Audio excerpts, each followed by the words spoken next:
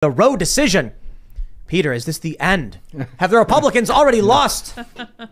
This is the gaslighting by the corporate media that's trying to suppress Republican votes. I think, look, what's really important here is what Steve Bannon calls I call it the canon of Bannon, action, action, action. What people need to do who are deeply concerned about the direction of our economy, our political system, our culture, our border issue, our national security, is get involved in some of these races that are competitive.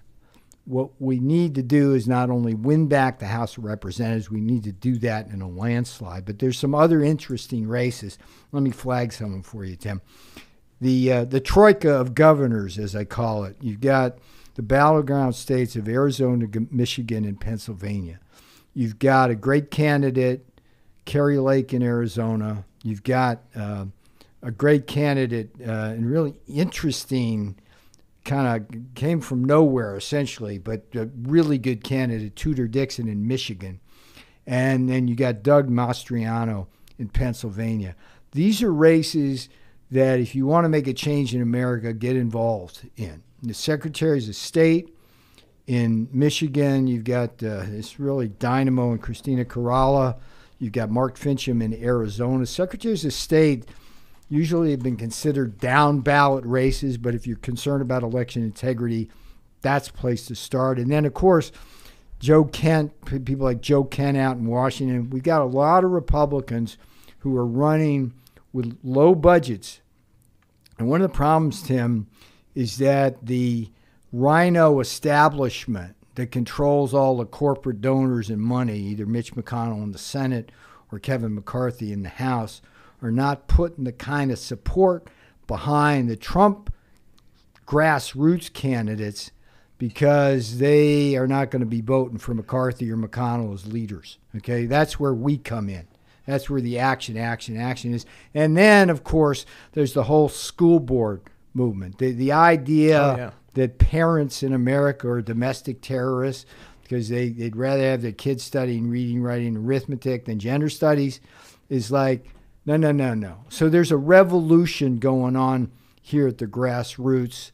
And I'm not buying what they're selling about the Republicans losing steam, because if that's true, then that's telling me that Americans don't care about the stagflation. They don't care about. They might not. It's a cult, man.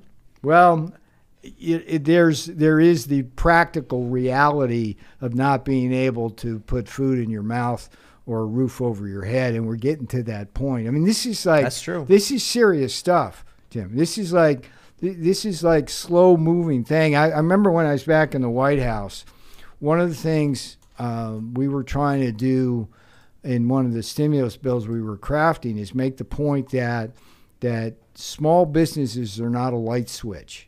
Okay, if you lose a small business, you've lost it forever. You can't flip the switch on and off.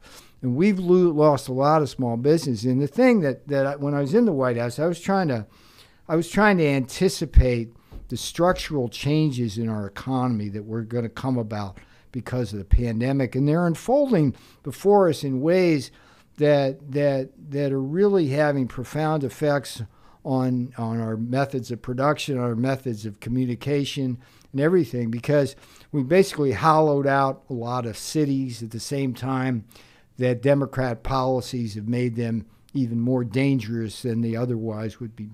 People are dispersing to rural and suburban areas, and we haven't quite figured out how to run economies in those things. And a lot of people in the corporate world, they don't want to go back to the office, and they just don't. And how we haven't figured out how that's going to work. These city folk, man, are something else. Entitled, lazy. Then they want to come out here to the country and tell us. No, I say that because it's funny because all the people out here are like, Tim, you moved here from the city like 2 years ago.